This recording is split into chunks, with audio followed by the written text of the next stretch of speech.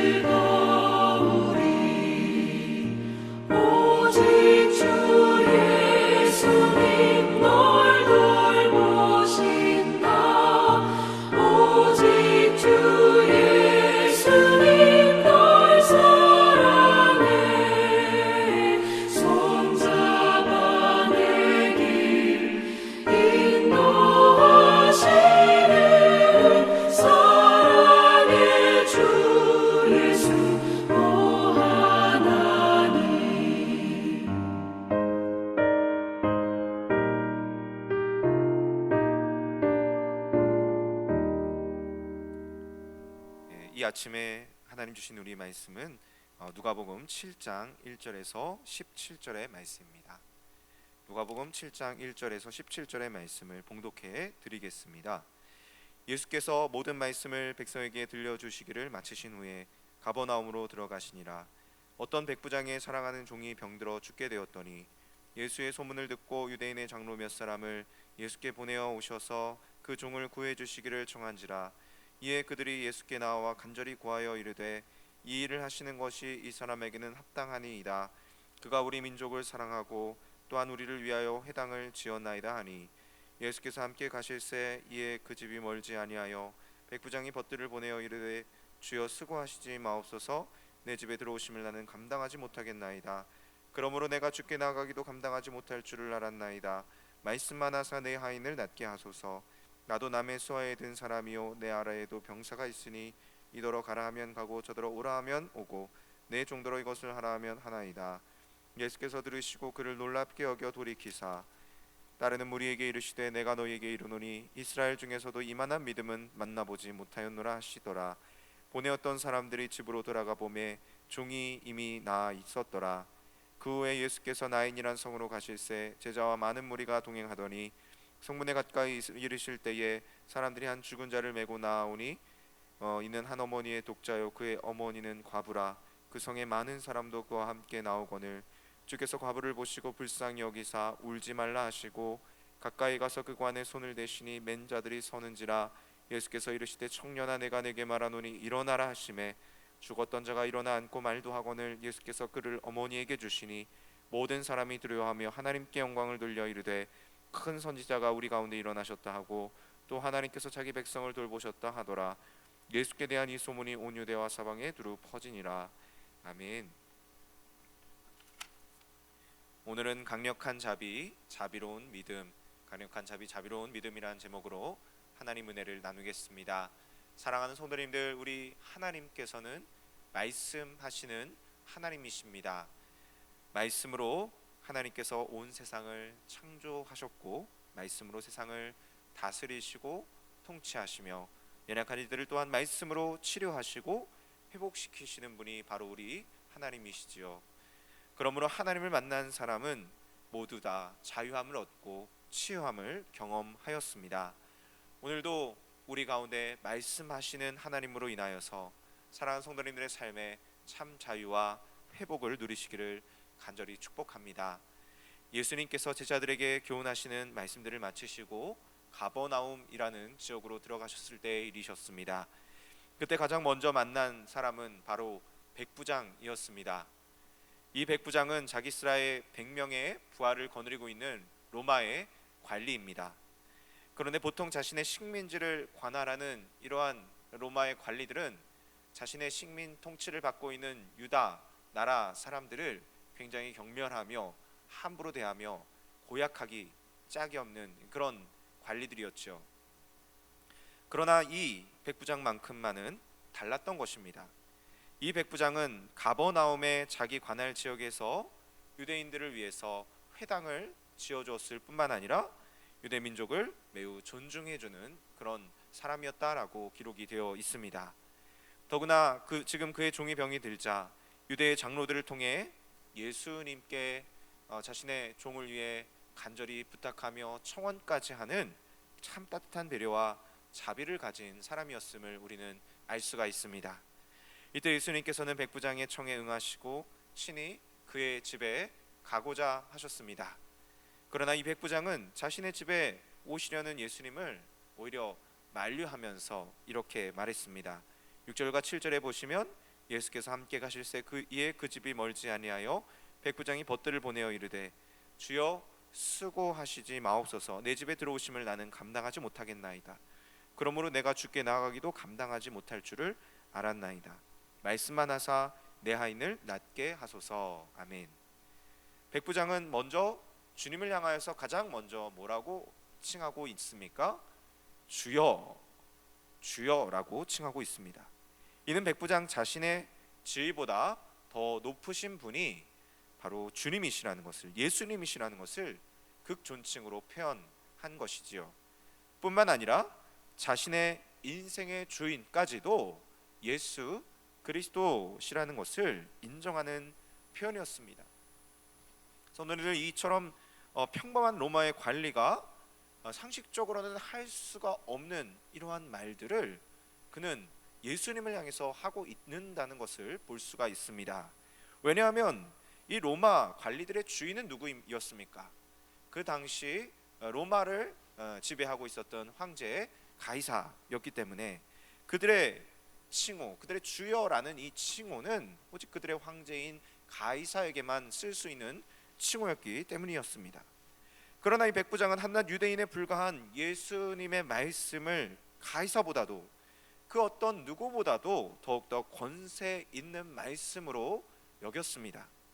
그러므로 주님의 말씀 한마디라면 이 백부장은 자신의 종이 나을 수 있으리라는 분명한 확신을 가질 수가 있었던 것입니다. 그는 그러한 예수님의 놀라운 말씀의 능력을 이처럼 신뢰했습니다. 그런데 이러한 백부장의 믿음을 보시고서 누가 지금 감동을 하고 계십니까? 바로 예수님께서 이 백부장의 믿음에 놀라운 감동을 하고 계십니다. 너무나도 깜짝 놀라시면서 예수님께서 9절 말씀에 예수께서 들으시고 그를 놀랍게 여겨 돌이키사 따르는 무리에게 이르시되 내가 너희에게 이르노니 이스라엘 중에서도 이만한 믿음은 만나보지 못하였노라, 이렇게 감탄하시면서 말씀하고 계시는 것입니다. 이처럼 백부장은 로마의 관리였음에도 불구하고 정말 예수님마저도 깜짝 놀랄 만한 그러한 믿음의 소유자였습니다. 그렇다면 사랑하는 성도님들, 우리는 여기서 믿음이란 무엇인지를 분명하게 살펴볼 수가 있는 것 같습니다. 믿음이란 무엇이냐? 하나님의 주님 되심을 인정하는 것입니다. 주여 그리하지 마시옵소서 라고 인정하였던 백부장과 같이 우리 인생의 주인이시오 우리의 모든 삶의 주님이신 그 예수님을 나의 주인으로 온전히 인정하며 그분을 향해서 온전히 신뢰하는 것이라 할 수 있습니다. 주님, 내가 주님의 말씀을 신뢰합니다. 주여 말씀만 하사 내 하인을 낫게 하옵소서. 우리에게 이러한 주님을 향한 믿음이 온전해질 수 있어야 될 줄로 믿습니다. 그 주님의 말씀을 신뢰하는 믿음, 하나님의 주되심을 신뢰하는 믿음이 오늘 본문에 나오는 백부장의 믿음이었습니다. 이 믿음은 나의 어떤 이성과 경험과 상식을 초월하여서 믿는 믿음이었습니다. 이러한 믿음들은 성경에 나오는 수많은 사람들의 믿음을 통해서도 살펴볼 수 있습니다. 예수님의 어머니 마리아는 천사로부터 장차 그녀가 성령으로 잉태될 것을 듣게 됩니다. 그러나 당시 마리아는 10대 소녀였기 때문에 이 소식이 너무너무 떨리고 두려웠습니다. 그러나 그녀는 이야기하고 있지요. 주의 여종이오니 주님의 말씀대로 내게 이루어지이다. 아멘. 여러분, 이것이 믿음이라는 것입니다. 주님의 말씀대로 내게 이루어지이다. 주님께서 우리의 비천함과 우리의 죄됨을 돌아봐 주시고 우리를 친히 긍휼히 여겨주셨다는 것으로 인해서 그 주님의 선하시고 온전하신 뜻을 우리의 삶에 신뢰하는 것입니다. 또 어디에 또 누가 나오고 있습니까? 누가복음 5장에 보니까 베드로가 나오고 있습니다. 베드로는 바다에서 잔뼈가 매우 굵은 사람이었습니다. 그가 보통 이렇게 그물을 한번 던지면은 수많은 물고기들이 잡히는 그런 전문 어부였을 것입니다. 그러나 예수님께서 깊은 데로 나아가서 그물을 내리라 명령하셨을 때에 그가 예수님의 말씀에 순종하였더니 굉장히 많은 고기를 잡아서 그물이 찢어질 정도가 되고서는 예수님의 무릎 앞에 엎드려서 주여 나를 떠나소서 나는 죄인이로소이다. 자신의 잔뼈가 굵은 것을 예수님 앞에 드러내고자 하였지만 그것마저도 예수님 앞에서는 무력화되었을 수밖에 없었다는 것을 그가 깨닫고서는 주님 앞에 엎드릴 수밖에 없었던 것입니다. 이처럼 하나님께서는 말씀하시는 하나님이십니다. 또한 그 말씀대로 이루시는 분이심을 우리는 성경의 많은 믿음의 사람들을 통해서 확인해 볼 수가 있습니다. 하나님은 이 말씀을 믿을 때에 반드시 사랑하는 성도님들의 삶 속에서도 역사하여 주실 줄로 믿습니다. 이제 예수님께서는 나인이라는 성에 들어가셨습니다. 그때 예수님께서 만난 사람은 바로 외아들을 잃은 과부였습니다.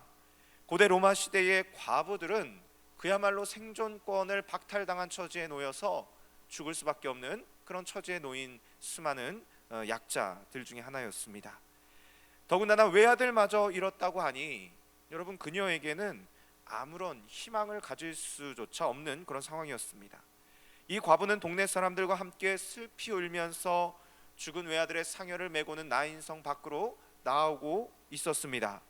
그때 주님께서는 슬피 울면서 나오는 과부를 보셨고 그 큰 긍휼과 자비의 마음으로 그녀에게 다가가셨습니다. 이때 예수님께서 과부를 향해서 말씀하십니다. 13절 14절에 주께서 과부를 보시고 불쌍히 여기사 울지 말라 하시고 가까이 가서 그 관에 손을 대시니 맨 자들이 서는지라. 예수께서 이르시되 청년아 내가 내게 말하노니 일어나라 하시매. 일어나라, 청년아 내가 내게 말하노니 일어나라, 주님 말씀하셨습니다. 그랬더니 어떠한 일이 벌어졌습니까? 15절에 보니까 죽었던 자가 일어나 앉고 말도 하거늘 예수께서 그를 어머니에게 주시니. 예수님께서 말씀만으로 놀라운 일을 행하여 주신 것입니다. 예수님과 과부의 만남은 그야말로 극적인 만남이었습니다.